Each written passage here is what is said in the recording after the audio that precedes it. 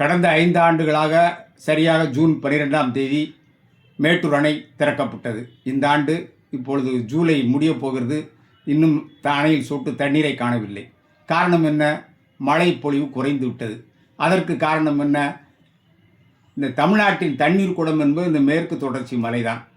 அங்கே மனிதர்கள் குடியேறி மரங்களை வெட்டுவது, இதனால் அங்கே நாளுக்கு நாள் அங்கே கட்டடங்கள் பெருகி கொண்டு போகிறது. எனவே மழைப்பொழிவு குறைகிறது. ஆங்கிலேயர்கள் வந்தபொழுது 1900 ஆண்டு இந்தியாவில் 1 லட்சம் புலிகள் இருந்தன.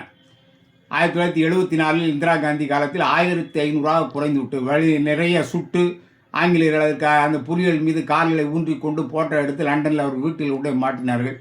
அதுபோல் இங்கே இருப்பவர்கள் பெருமையாக புலிகளை கொன்று அவர்கள் வீட்டில் துப்பாக்கியோடு நிற்பதை வைத்திருக்கிறார்கள் படங்கள்.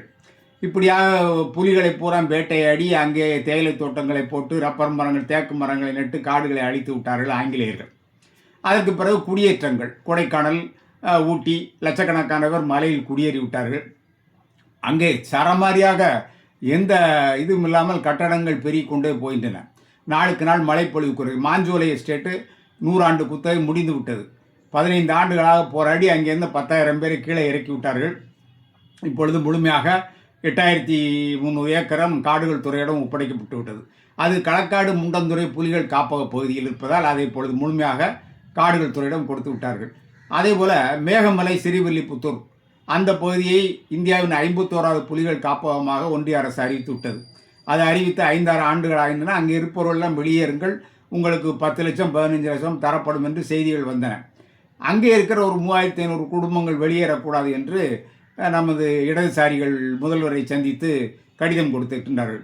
மேற்கு மலையை பாதுகாக்க வேண்டும் என்றால் காடுகளில் இருக்கின்ற பழங்குடிகளை வெளியேற்றி திருப்பூர், கோவை, ஈரோடு போன்ற தொழில் நகரங்களில் அவர்களை அடுக்குமாடி வீடுகளில் குடியமர்த்தி அவர்கள் பிள்ளைகளும் நல்ல படிப்பு படிக்க, நல்ல மருத்துவ வசதி அவர்களுக்கு கிடைக்க அரசு ஏற்பாடு செய்ய வேண்டும். தந்தை பெரியார் சொன்னார், ஆங்காங்கே சின்ன சின்ன கிராமங்களில் உட்கார்ந்து கொண்டு என்றும் என் கிராமத்துக்கு ரோடு போடு, குடிநீர் கொண்டு வா, லைட்டு போடு என்று கேட்பதை விட நீ பக்கத்தில் இருக்க ஊருக்கு குடியேறி விடு, உனக்கு எல்லாம் கிடைத்து விடும் என்று 100 ஆண்டுகளுக்கு முன்பே சொன்னார். எனவே மக்கள் மாற்றங்களை எதிர்கொள்ள வேண்டும். சென்னையில் கூவமாற்றுக்கரை ஆற்றுக்குள்ளே 2 லட்சம் பேர் இருந்தார்கள். அவர்களை ஒரு 15-20 ஆண்டுகளுக்கு முன்பு வெளியேற்ற முயற்சித்த போது இதே இடதுசாரிகள் கார்ப்பரேட் சதி என்று முழங்கினார்கள்.